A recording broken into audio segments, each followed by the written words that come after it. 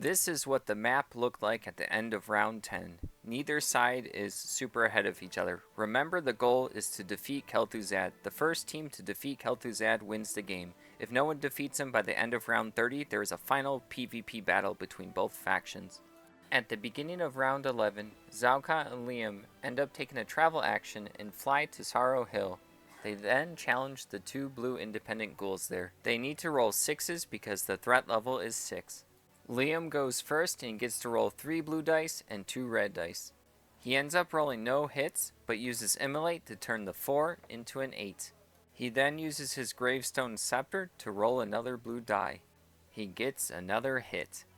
We place 2 hit tokens into damage, and he also uses Corruption to place 2 hit tokens into attrition. Next up is Zauka. She gets to roll 4 red dice, 2 green dice, and a blue die. She ends up getting 3 hits. She also gets to add 1 to attrition for Blood Fury. We then add the 3 hit tokens to defense and 1 more to attrition. The ghouls attack back for 8, minus the 3 defense, so there's 5 damage they have to split up. Zauka loses 3 health, and Liam loses 2 health. We then shift up all the damage into damage, and it's more than enough to take out the 6 health of the ghouls.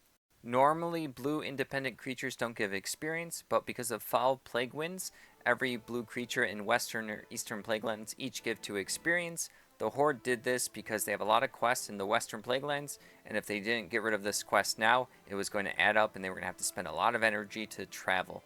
They both get 2 experience each. Liam gets 2 health back from Cannibalize. I have been keeping track of this the whole game, but I think this is the first time it mattered because every other time he got health back from leveling up. Grumbaz then uses a town action inside of Northtide Hollow. He purchases Scimitar and Crocolis Stake for 9 gold. He then uses a travel action to join up in Sorrow Hill. At the end of the round, he equips Scimitar. The round marker moves to turn 12, but nothing special happens. This is what the map looks like at the end of round 11. At the beginning of round 12, Bourbon challenges the blue independent Scarlet Crusader. He needs to roll 6s because the threat level is 6. He gets to roll 3 red dice, 2 blue dice, and a green die. He only rolls 1 hit, but he does have 1 reroll, which he uses on the red die, but still gets a miss. We place 1 hit token into the damage section, and then the Scarlet Crusader attacks back for 4. The bear loses 2 health, and Bourbon loses 2 health. Bourbon gets to roll all of his dice again. He ends up getting 3 hits. He uses 1 reroll on a red die, and gets a hit. We get to spot a 7+ on a red, so we'll add 1 attrition. I forgot to mention this, but last round the Scarlet Crusader healed up 1 damage from the damage section, but this time 2 hits are added to damage and 2 are added to defense, and then the 1 attrition. The Scarlet Crusader attacks back for 4, but we have 2 defense, so we have 2 damage to split up. The bear takes 1 damage and gets KO'd, and Bourbon takes 1 damage. Then all of the damage shifts up, and it's more than enough to take out the Scarlet Crusader. It's an independent creature, so there's no rewards. Brandon and Brebo and Bourbon then challenge the Wildkin inside Corin's Dagger. They need to roll 5s because the threat level is 5. Bourbon goes first. He gets to roll 2 blue, 2 red, and 1 green die. He rolls 3 hits. He then uses his 1 reroll on the blue die, but gets the exact same number. We place 1 hit token into damage, 1 hit token into defense, and 1 armor token into defense. Brebo gets to go next. He gets to roll 6 blue die, 2 green die, and 1 red die. He ends up getting 6 hits. He uses his rerolls and gets 2 more hits. We add 5 hit tokens to damage, 1 hit token to defense, and 1 armor token into defense. And we add 1 attrition for sky color.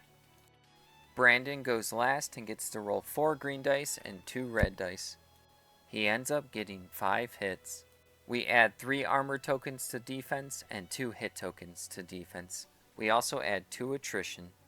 The 8 attack is not enough to break through our 9 defense, so we take no damage. All of the damage then shifts up, and it's more than enough to take out the health of the Wildkin. They get to split 11 gold, 7 experience, the best of 2 white items, another best of 2 white items, a blue item, and Robes of the West. Bourbon gets 4 gold, Brebo gets 4 gold, and Brandon gets 3 gold. Bourbon was the lowest, so he gets 3 experience, Brebo gets 2, Brandon gets 2, but because he was over-leveled for the quest by 1 level, he gets 1 less experience. Bourbon gets 2 white items, Scroll of Lesser Strength, and Minor Healing Potion. He chooses Scroll of Lesser Strength. Brebo gets to choose from 2 white items, Neophyte's Robe and Lay Staff. He chooses Lay Staff. Bourbon gets a Lesser Agility Potion for his blue item. Brebo grabs his Robes of the West. The Alliance decide on a new yellow quest and get Blighted Beasts. At the end of the round, Brebo equips Robes of the West. The round tracker moves to turn 13, and we draw an event card. We end up getting Traveling Merchants. Starting with the character that has the fewest experience, each character may purchase 1 card from the merchant deck at half price. Zauka and Grumbaz get to go first. Zauka gets Minor Agility Potion for 1 gold, and Grumbaz doesn't buy anything. Next up is Bourbon, Brebo, and Liam. Bourbon gets Cured Leather Armor for 3 gold. Brebo gets Witch Doctor's Cane for 6 gold, and Liam can't afford anything. And finally, Brandon grabs Scroll of Lesser Strength for 4 gold. We draw another event because of the blue plus sign. We end up drawing another Traveling Merchants, but because it's a double, we don't actually resolve it, it discards, and then the round ends. This is what the map looks like at the end of round 12. At the beginning of round 13, Zauka challenges the Ghoul at the Bulwark. She needs to roll 6s because the threat level is 6. She gets to roll 2 red dice and 2 green dice. She's saving her last energy for Healing Wave just in case if things go bad. She ends up getting no hits, but she does get to add 1 attrition for Blood Fury. The Ghoul ends up attacking for 3 and she only has 1 health left. But when a character gets defeated and removes their last health token, they have 1 more chance to use something like a healing potion, or in this case, her Healing Wave. The Healing Wave heals for 4 instead of 2 because of the talent, so we heal up to 4, but then take the remaining 2 damage to be at 2 health right now. The attrition hit token moves into damage, but it's not enough to take out the 2 health from the Ghoul. She gets to roll her 4 dice again, and ends up getting 3 hits. We add 2 armor tokens to defense and 1 hit token to defense. This is enough defense to block the 3 attack from the Ghoul. We then shift up all the damage into the damage section, and it's more than enough to take out the 2 health of the Ghoul. Zauka gets 6 gold, 5 experience, a white item, and then another white item. She's a higher level than the quest, so she gets 1 less experience. She grabs her 6 gold and gets her 4 experience, which levels her up to level 3. She now has 5 health and 7 energy and gets to regain all of it. She has to then choose a new talent. She can choose between Call of Thunder, Thundering Strikes, Parry, Improved Rock Biter, and Elemental Focus. She ends up choosing Parry. She then gets her 2 white items with no choices, just she draws Cured Leather Armor, and then she draws Cobalt Buckler. The Horde decide on a new yellow quest, and they end up getting Monsters on the March. Grumbaz and Liam end up using a travel action to go to Dawson's Tears and challenge the 2 ghouls there. They need to roll 6s because the threat level is 6. He gets to roll 4 red dice and 2 green dice. He ends up getting no hits. He then uses Rend to turn the 4 in the middle into an 8, and then he uses the Cruelty talent to change the 2 5s to 2 6s, so then he ends up with 3 hits. He also gets to add 1 to attrition for Blood Fury. We place the 3 hit tokens into defense and the attrition we just talked about. Liam is up next. He gets to roll 3 blue dice and 2 red dice. He ends up rolling 2 hits. He then uses his Gravestone Scepter to spot an 8 to roll another die. He happens to get another miss. We then place 1 hit token into damage and then 1 hit token into defense. The 2 ghouls have enough for 6 attack, minus the 4 defense. They choose to have Liam take 2 health. We then shift all the tokens into the damage section, which is enough to take out both ghouls. They now get to split 10 gold, 5 experience, the best of 2 white items, and another set of best of 2 white items. Grumbaz gets 5 gold, and Liam gets 5 gold. Grumbaz gets 3 experience, and Liam gets 2 experience, and levels up to level 3. Liam now has 4 health and 9 energy, and he gets to regain all of it, and he has to choose a new talent between Improved Immolate, Sacrifice, Shadow Burn, Fell Stamina, and Demonic Embrace. He ends up choosing Shadow Burn. Grumbaz has to decide between Dull Blade and Raxxur Club. He ends up choosing Raxxur Club. Liam has to decide between Scimitar and Shadow Wand. He ends up choosing Shadow Wand. The Hordes end up deciding on a new green quest and get Devils from the Deep. At the end of the round, Liam equips his Shadow Wand, and Zalka equips her Cured Leather Armor. The round marker goes to turn 14 and draws a new blue item, which happens to be Decapitating Sword. This is what the map looks like at the end of round 13. At the beginning of round 14, Brebo, Bourbon, and Brandon decide to challenge the Red Ogre. They need to roll 4s because the threat level is 4. They also have to be careful because any 1 or 2 red result makes them lose 2 health. Bourbon gets to go first, and he's going to roll 2 red dice, 2 blue dice, and 1 green die. He ends up getting 2 hits. He then uses Stone Form to change the 2 blue into a 3 blue. And right after that, he uses Hunter's Mark on the 2-3 blue dice to turn them into 2 4s, which is 2 more hits. And last up, we use the Bastard Sword, which we get to spot a 7+ red to add 1 to attrition. So we go ahead and add 2 hit tokens to damage, 1 hit token to defense, 1 armor token to defense, and 1 hit token to attrition. Next up is Brebo. He gets to roll 5 blue dice, 3 green dice, and 2 red dice. He ends up getting 6 hits. He uses his 2 rerolls and gets 2 more hits. He also gets to add 2 attrition because of Sky Color and Lay Staff. So we add 5 more hit tokens to damage, 2 more hit tokens to defense, 2 armor tokens to defense, and 2 hit tokens to attrition. Brandon gets to go next, and he gets to roll 4 green and 2 red dice. He ends up getting 4 hits. He also gets to place 3 into attrition. So we now add 4 more armor tokens into defense and 3 more hit tokens into attrition. The Ogre gets to attack for 9, but we have more than enough defense to block all of it.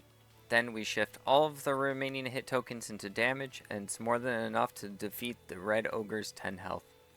This was normally a Horde quest, but they were allowed to challenge it because of Subterfuge, but they now get 1 less experience. So they get to split 14 gold, 6 experience, and 1 blue item.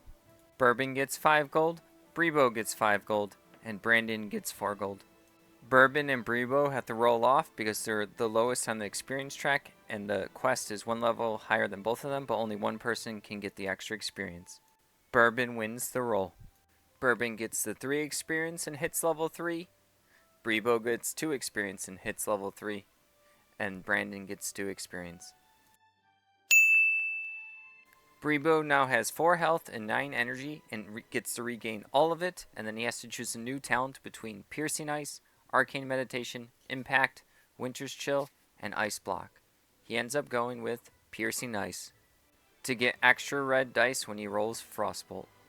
Bourbon now gets 6 health and 6 energy and gets to regain all of it, and he gets to pick a new talent. He has to choose between Improved Sting, Lethal Shots, Improved Hunter's Mark, Precision, or Lightning Strikes. He ends up going with Improved Sting to get some attrition and some extra blue dice. Brandon gets the blue item, which is Screeching Bow, which he immediately trades to Bourbon. Since that was a Horde quest, the Horde get to choose a new yellow quest, and it ends up being Ghouls in the Graveyard. Bourbon uses his last action to move to Fenris Isle. Brebo and Brandon use their last actions to go to the South Shore. At the end of round, Bourbon equips Screeching Bow. I put it in the wrong spot, but Brebo equips Witch Doctor's Cane. The round marker moves to turn 15, but nothing happens. This is what the map looks like at the end of round 14. At the beginning of round 15, Zauka, Grumbaz, and Liam decide to challenge the ghouls there. They have to roll 6s because the threat level is 6. He gets to roll 3 green dice and 2 red dice. He ends up getting 2 hits. He then uses Cruelty to get 2 more hits. He also gets 1 attrition for Blood Fury. We add 2 hit tokens to defense, 2 armor tokens to defense, and 1 hit token to attrition. Zauka gets to go next. She gets to roll 2 red dice and 2 green dice. She ends up getting 2 hits. She also gets to add 1 to attrition for Blood Fury. We add the 1 hit token to defense, the 1 armor token to defense, and 1 hit token to attrition. Liam gets to go last. He gets to roll 2 red dice, 2 blue dice, and 1 green die. He ends up getting 2 hits. He also gets to add 1 attrition for Shadow Wand. We add the 2 hit tokens to defense and the hit token to attrition.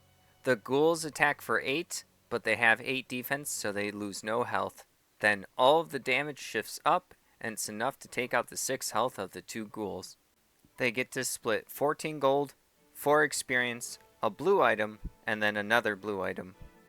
Liam gets 5 gold, Zauka gets 5 gold, and Grumbaz gets 4 gold. Grumbaz gets 2 experience, but because he was underleveled, he gets an extra experience and hits level 3. Zauka gets 1 experience, and Liam gets 1 experience. Grumbaz now has 8 health and 3 energy, and he gets to regain all of it, and then he has a choice of a new talent, which I forgot to take pictures of all of them, but he ends up going with Improved Battle Shout. Grumbaz gets the blue item Ravenwood Bow, and Zauka gets the blue item Skullland Shield, which she trades to Grumbaz. The Horde agree upon another yellow quest, and it ends up being Flayers in the Vale. At the end of the round, Grumbaz equips Skullland's Shield. The round marker moves to turn 16, and we draw an event card. It ends up being Goblin Zeppelin. Starting with the character that has the fewest XP, each character may relocate to any region containing one of their faction's flight paths and no enemy characters. Brebo gets to go first, and he goes to Airy Peak.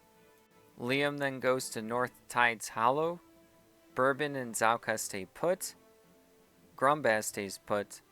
Brandon then joins Brebo at Airy Peak. We draw another event card because of the blue plus symbol here. We end up getting the Silver Pine War.